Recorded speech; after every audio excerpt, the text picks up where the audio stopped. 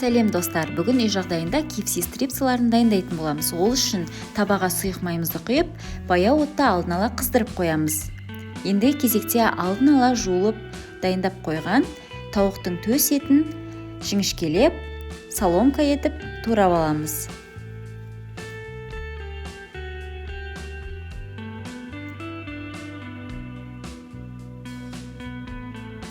Тауықтың төс еті дайын болды. Енді клярын дайындаймыз. Ол үшін бір ыдысқа ұнды, суды, үстіне тұз, қара бұрыш, қызыл бұрыш, паприка, барлық өздеріңіз қалаған дәмдеуіштерді салып, оның үстіне 2 жұмыртқаны салып, венчиктің көмегімен жақсылап араластырамыз.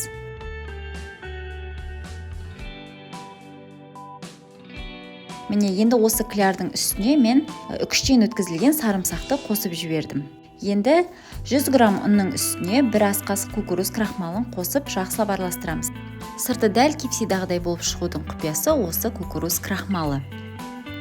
Енді дайын болған клярымыздың үстіне тауықтың төс етін салып, оны ұн мен кукуруз крахмалына осылай екі жағын аунатып, одан кейін қызып тұрған майымызға салып жақсылап қуырып аламыз. Екі жағы қызарғанша. Отты тым қатты қоймаңыздар, себебі қатты сырты қызып кетіп, іші піспей қалуы мүмкін. Міне енді дайын болған стрипсыларымызды осылай тарелкаға түсіріп аламыз.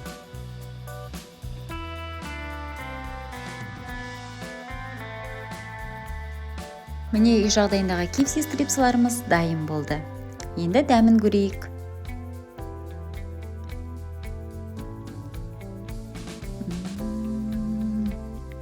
Шынымен де дәмі өте ерекше және сырты дәл KFC-дағыдай болып шығады екен. Жасап көріңіздер.